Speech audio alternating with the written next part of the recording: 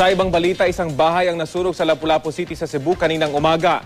Patay sa sunog ang isang ginang at ang kanyang anak na may kapansanan sa pag-iisip. Ayon sa inisyal na investigasyon, nagmula raw ang apoy sa isang electric fan na naiwang nakasaksak. May ulat on the spot si Vic Serna ng GMA Cebu. Vic?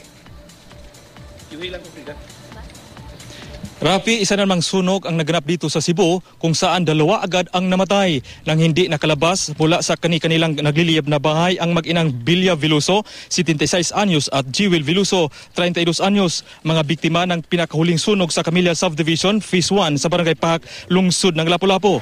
Natanggap ng bumbero ang alarma ng sunog alas 6:30 kaninang umaga. Si Bilya Veloso ay asawa ng kolumnista ng Sunstar Newspaper na si Wilfredo Boy Veloso at dating hippie ng Cebu City Medical Center. Samantala ang kanilang anak na si Jewel ay isang person with special needs. Ayon sa investigador, nagsimula ang apoy sa silid mismo ng mag-ina na nasa ikalawang palapag ng kanilang bahay. Ayon sa manugang ni Bilya na si Inocencio Cueme, 5 silang lahat na natutulog sa nasabing bahay na magsimula ang sunog.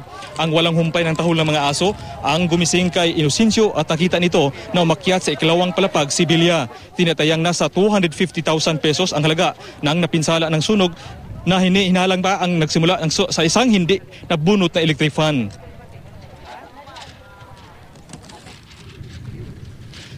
Patuloy na nagsusuri ang mga kasama akong mga gamit, tanan, uniforms, trabaho. Dali mong mother-in-law. Bilya! Oh, si Will!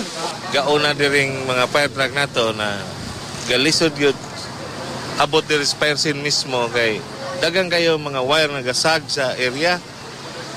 Mautong dili man na mo po pwedeng koridason kay ang kuhan basing niya po electrical tong uban na po yung madisgrasya.